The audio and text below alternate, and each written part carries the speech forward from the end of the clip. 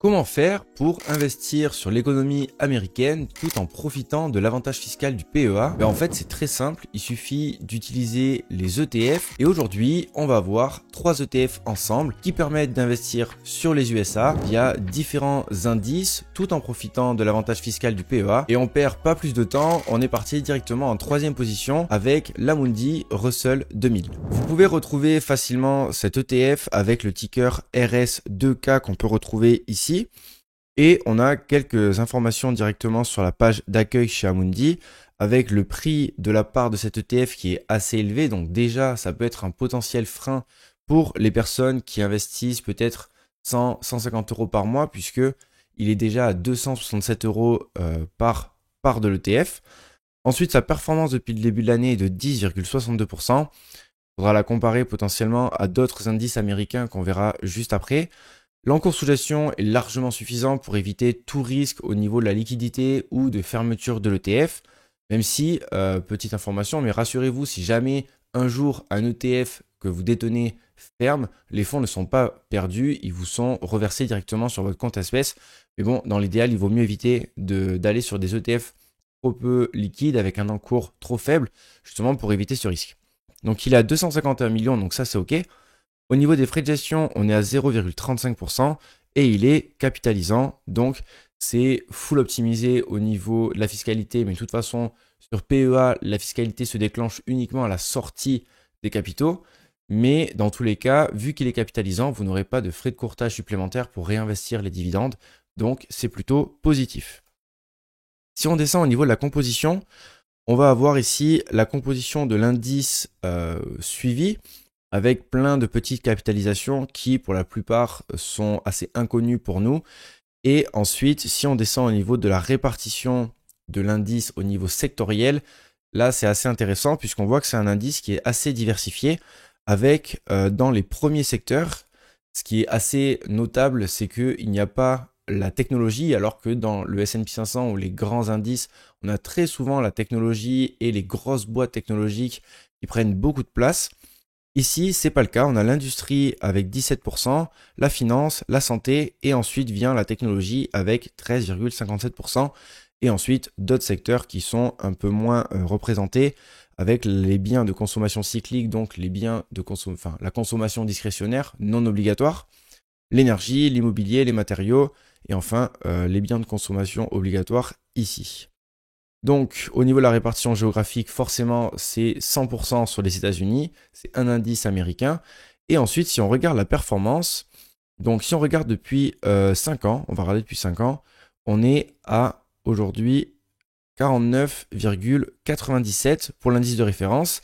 Et ce qu'on voit, c'est qu'il n'y a aucune différence, aucune erreur de tracking sur l'ETF, puisqu'il est également à 49,97%. Donc ça aussi de votre côté, quand vous regardez un ETF, essayez de voir si le gestionnaire de l'ETF arrive à optimiser au niveau de sa gestion, au niveau des dividendes qu'il reçoit, au niveau de la fiscalité, pour essayer d'obtenir une performance supérieure à l'indice. Et on verra dans le top 1 de ce top 3 ETF PEA pour investir sur les USA qu'il y a des ETF qui arrivent à avoir une très bonne surperformance par rapport à leur indice de référence. Si on regarde depuis le tout début, vous voyez ici qu'on a une légère sous-performance qui est vraiment minime, mais on est à 133,42 contre 133,17. Si on regarde les performances annualisées ici, depuis 5 ans, on est sur 8,44%, ce qui est plutôt correct, mais vous allez voir qui est inférieur aux large caps qu'on peut retrouver dans le S&P 500. L'avantage de cet ETF, c'est qu'il permet très simplement de s'exposer à beaucoup d'entreprises. Il est très diversifié au sein même des États-Unis, on l'a vu au niveau des secteurs, mais il y a aussi un inconvénient à celui-ci, c'est que sa performance par rapport à son risque potentiel, donc sa performance par rapport à sa volatilité n'est pas optimale et on obtient un couple rendement sur risque qui est assez mauvais par rapport à un indice large caps comme le S&P 500, puisqu'on regarde ici sur les données que je vous affiche, on a un rendement sur risque à 1 an de 0,12 contre 1,11 pour le S&P 500, à 3 ans on est à 0,18 contre 0,70 0,76 pour le S&P 500 et à 5 ans on est à 0,28 contre 0,69 pour le S&P 500. Donc c'est vraiment à surveiller. Le couple rendement-risque est quelque chose de très important. Notre objectif c'est d'avoir le meilleur rendement possible tout en contrôlant notre risque. Donc est-ce que cet ETF est pertinent dans une stratégie? Peut-être que oui, peut-être que non, ça dépend des objectifs de chacun. Mais voilà, en tout cas je voulais mettre en lumière le fait que ce rapport rendement-risque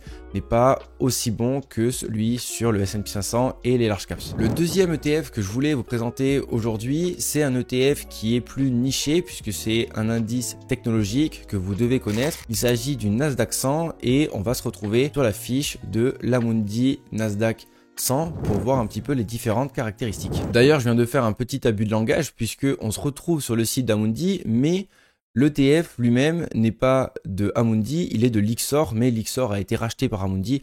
Donc bref, c'est à peu près la même enseigne. Donc le ticker c'est PUST, vous pouvez le retrouver ici.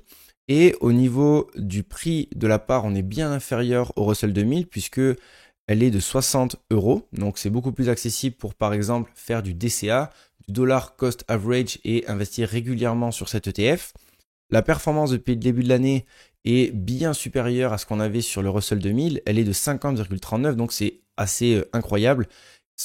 Cette performance s'explique d'ailleurs par la très bonne performance des très grosses boîtes américaines comme Apple, Microsoft, les GAFAM entre autres, qui ont tiré énormément l'indice vers le haut. Nvidia aussi également qui a eu une performance énorme depuis le début de l'année. Et donc, vu que toutes ces entreprises pèsent beaucoup dans cet indice Nasdaq 100, on se retrouve avec une performance excellente depuis le début de l'année. Au niveau de l'encours sous gestion, on est bon, 225 millions. Les frais de gestion sont de 0,30%, c'est à peu près la moyenne. Et on a un ETF capitalisant, donc optimisé fiscalement. Et au niveau des frais pour le réinvestissement des dividendes, il n'y en aura pas vu que le gestionnaire de l'ETF s'en occupe. Si on regarde la composition, donc on retrouve les big boîtes américaines, donc Apple pour plus de 11% de l'indice, c'est assez énorme. Microsoft 10%, Amazon 5,5%, Nvidia 4,22%, Meta 3,70%, etc., etc. Mais vous voyez que rien qu'avec le top 10, il faudrait faire rapidement le calcul. Ça fait 21%, 26%, 30%, on va dire, allez, 37%, 40%. On se retrouve quasiment avec 50% du poids de l'indice sur les 10 premières capitalisations. Donc, c'est un indice qui est assez peu diversifié, voire même assez concentré sur les boîtes technologiques et en l'occurrence les méga caps les plus grosses qui tirent certes l'indice vers le haut, mais qui représentent une très grosse partie de l'indice. Au niveau de la perf, ce qu'on voit, c'est que si on regarde depuis 5 ans, on a une perf qui est quand même excellente par rapport à ce qu'on retrouvait sur le Russell 2000.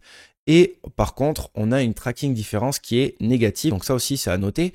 On est à 165,18 pour l'indice de référence et 162,91 pour l'ETF. Donc on a une légère tracking différence négative. Et si on augmente l'espace temporel, on va avoir la même chose, je pense, un peu plus marqué. L'indice de référence fait 524,11 contre 513,38. Mais dans tous les cas, cet indice, le Nasdaq 100, fait une performance assez folle depuis 2014. On voit ici que la date de départ, c'est le 7 mai 2014. Donc depuis 2014, il a fait quand même plus de 500%. C'est assez dingue à noter. Donc voilà, c'est également un ETF qui est éligible au PEA et qui peut être intégré dans une stratégie. Donc à voir en fonction de vos objectifs, toujours pareil. Il n'y a aucun conseil en investissement ici, mais c'est un indice qui peut être intéressant dans une stratégie ETF sur PEA. Le seul point noir que je peux trouver à cet ETF, c'est justement cette concentration qu'il y a sur les différents big boîtes qu'il y a dans l'indice, puisque on l'a vu, quasiment 50% de l'indice est concentré sur les 10 plus grandes entreprises de cet indice, et on ne sait jamais, mais si il arrive un problème aux GAFAM ou j'en sais rien, mais elles se mettent toutes à chuter en même temps, forcément l'indice va suivre.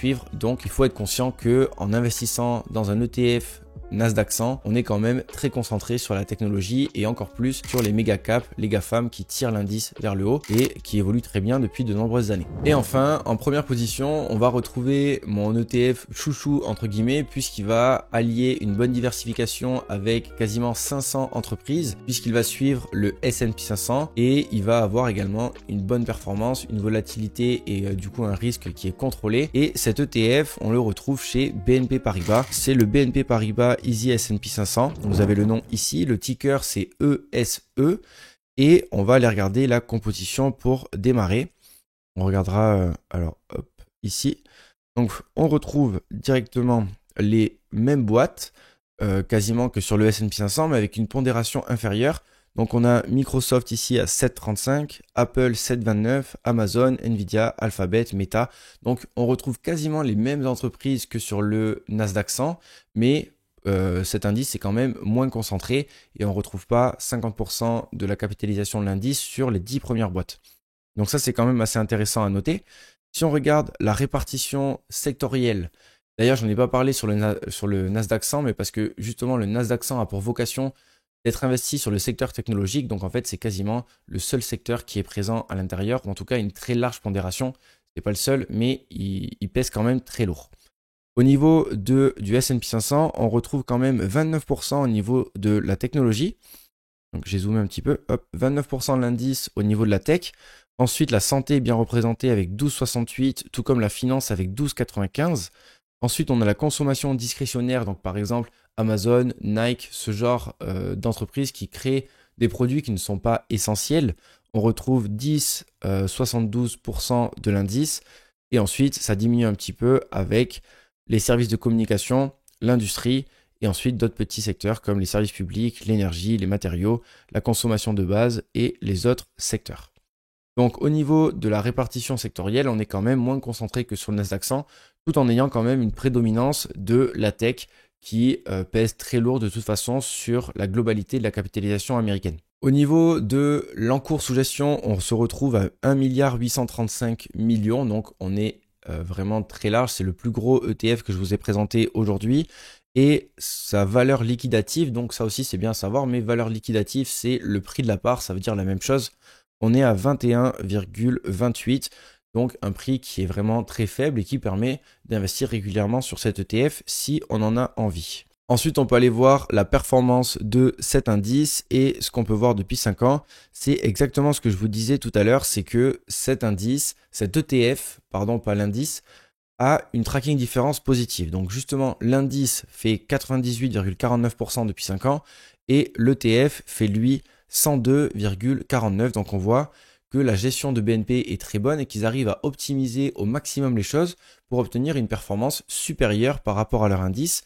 Et si on regarde depuis 10 ans, c'est encore plus accentué avec 302,19 contre 285,37 pour l'indice.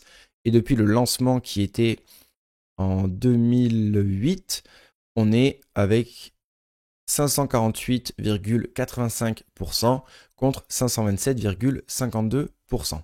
Donc ce qu'on voit quand même, c'est que si on prend depuis 2014 ici, on est, alors hop, on va mettre 2014, à peu près c'était au mois de mai le lancement du Nasdaq, on avait regardé, voilà, on a une performance de 277,87, ce qui est une performance excellente, mais qui est quand même bien inférieure à ce qu'on pouvait trouver sur le Nasdaq. Donc forcément, c'est plus diversifié, c'est moins concentré sur le secteur qui a tiré absolument tout l'indice vers le haut, qui est la technologie.